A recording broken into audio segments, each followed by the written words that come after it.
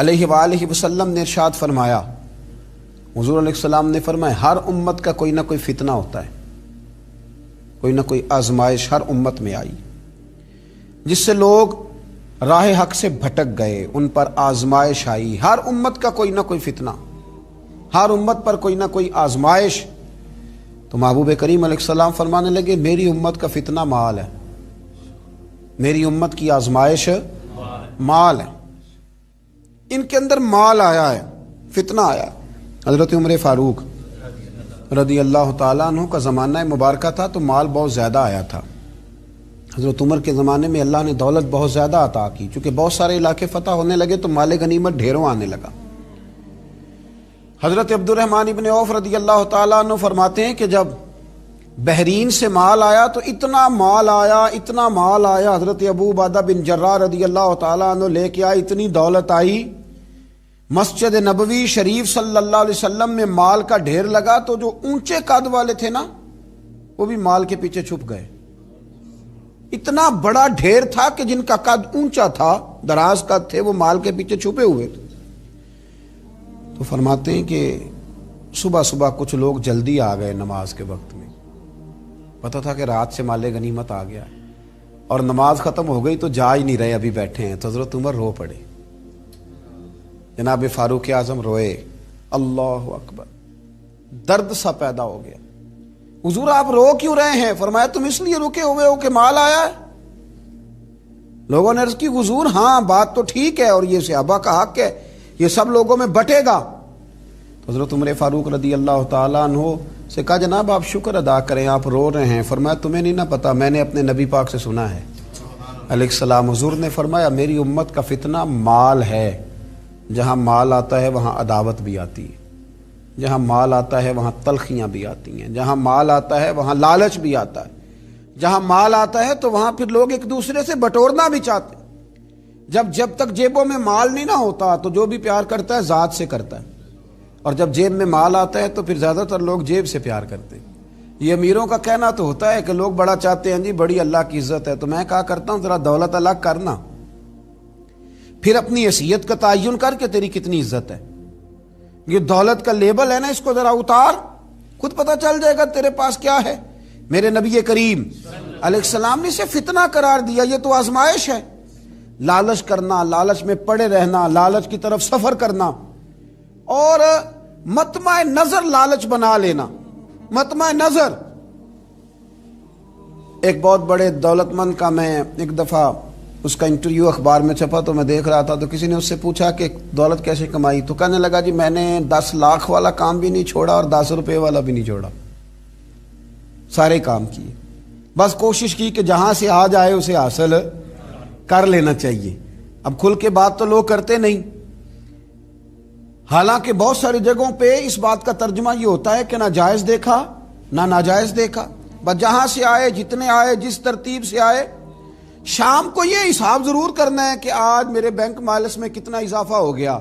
لوگوں نے دولت ہی کی طرف دیکھا، دولت ہی کو پرکھا، پیسے نہیں تو رو پڑے، جائیداد نہیں تو رو پڑے، مکان نہیں تو رو پڑے۔ جس دن 4 گاہک کم آئے اس دن رو پڑے، جس دن کام دھندا کم ہوا تو سارے زمانے کو بتایا کہ بڑی غربت ہے۔ میں کہا کرتا ہوں کہ جب اللہ تعالیٰ گاہک زیادہ بھیجتا پھر بھی شور کیا کرو، جب اللہ تعالیٰ نوازتا ہے اس کا بھی اعلان کیا کرو۔ میرے بھائی، حضرت عیسیٰ علیہ السلام کا ایک فرمان بڑا ہی شاندار ہے، اس عنوان پر اگر ہماری سمجھ میں آئے تو ہماری طبیعت ٹھنڈی کر دے گا۔ اور جناب عیسیٰ علیہ نبینا علیہ الصلوۃ والسلام نے ایک بات کہہ کے کتنے سارے مضامین بیان کر دیے، اللہ کے پیغمبر علیہ الصلوۃ والسلام نے کتنی ساری باتیں کھول دی ایک جملہ کہہ کے۔ جناب عیسیٰ علیہ الصلوۃ والسلام فرمانے لگے دنیا کو اپنا آقا نہ بنانا، دنیا کی دولت کو اپنا آقا نہ بنانا، ورنہ یہ تمہیں اپنا غلام بنا لے گی۔ اسے اپنا آقا نہ بنانا ورنہ یہ تمہیں اپنا غلام۔ جنہوں نے دولت کو آقا بنایا اس نے پھر ان کو اپنا غلام بنا لیا، پھر بیچارے کروڑوں پتی ہیں پر سو نہیں پاتے ساری رات، اربوں روپیہ پاس ہے پر نیند سکون کی میسر نہیں آتی، چونکہ دولت آقا ہے نا، تو یہ وہ آقا ہے جو قابو آتا نہیں، یہ وہ آقا ہے جس سے دل بھرتا نہیں، یہ وہ والا آقا ہے جس سے لوگوں کی طبیعت سیر ہوتی نہیں، ایک کے بعد دو، دو کے بعد تین، تین کے بعد چار، چار کے بعد پانچ. یہ وہ والا پیالہ ہے جو کبھی پر ہو سکتا. محمود غزنوی رحمت اللہ تعالی علیہ نا خیرات بانٹا کرتے تھے. آپ کو پتہ ہے بادشاہ لوگ ہوتے تھے، دولت تقسیم کرتے تھے. تو محمود ایک دن باہر نکلے، سیر کے لیے جا رہے تھے، بادشاہ سلامت. تو باہر نکلے تو کہا جتنے فقیر ہیں نا سب کو بلا لو، آج میرا دل ہے میں نکلتا جاؤں اور خیرات بانٹتا جاؤں، نکلتا جاؤں اور خیرات تقسیم کرتا جاؤں. محمود نے اعلان کیا تو بعض اوقات انسان کچھ بات کرتا ہے تو اس کے لفظوں میں نا تھوڑا کر و فر نظر آتا ہے، تھوڑا تکبر نظر آتا ہے، تھوڑا غرور نظر آتا ہے. ایک درویش بھی وہاں سے گزر رہے تھے، انہوں نے بھی بادشاہ کا یہ جملہ سنا، انہوں نے بھی بادشاہ کا یہ جملہ سنا، اس طرف توجہ فرمائی کہ لو جی جو جس نے لینا ہے نا آج اسے دیا جائے گا، آج میں بانٹتا ہی جاؤں گا. وہ بزرگ بھی آ گئے، کاسا لکڑی کا پیالہ ہاتھ میں پکڑا ہے، وہ بھی تشریف لائے. اور محمود غزنوی جب بانٹ رہے تھے تو انہوں نے بھی اپنا پیالہ آگے کر دیا، انہوں نے بھی کچھ لینے کے لیے پیالہ آگے بڑھایا. تو محمود غزنوی نے اپنی جیب سے چند سکے نکالے، چند اشرفیاں نکالیں، اور جب بابا جی کے پیالے میں ڈالیں تو آواز تو آئی کھٹکنے کی. لکڑی کے پیالے سے جب چاندی کے سکے ٹکرائے تو آواز تو پیدا ہوئی، لیکن بزرگوں نے پیالہ پھر آگے کیا، کہنے لگے اس میں تو کچھ بھی نہیں، تھوڑا اور ڈال دو. محمود کہتا ہے میں نظر ڈال کے دیکھا تو پیالہ تو واقعی خالی تھا. بادشاہ تھا، کہہ چکا تھا کہ آج بانٹنا ہے، جو کوئی مانگے گا اسے دینا. پھر جیب میں آ ڈالا. یہ انا کا بت بھی بڑی مشکل سے ٹوٹتا ہے نا، یہ بڑا پکا ہوتا ہے، یہ نہیں ٹوٹتا. دوبارہ پیالہ ڈالا تو پھر چیزیں کھٹکنے کی، بجنے کی آواز تو آئی، لیکن بزرگ کہنے لگے کہ تو نے تو کچھ بھی نہیں دیا. پھر پیالہ آگے کیا تو محمود نے جھوک کے دیکھا تو پیالہ پھر خالی تھا. اس نے پھر کچھ ڈالا، پھر دیکھا تو خالی، پھر ڈالا، بجنے کی آواز آئی، پھر خالی. اب بادشاہ تھا، ہارنے کا نام ہی نہیں لے رہا، یہ شکست کھانا ہی نہیں چاہتا.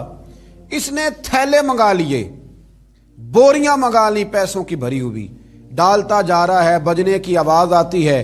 محمود تھک گیا، کہنے لگا بابا اس کے نیچے کون سا سوراخ بنایا ہوا ہے، کیا ہے اس کے نیچے، جو سمجھ میں نہیں آ رہا کیا ہے.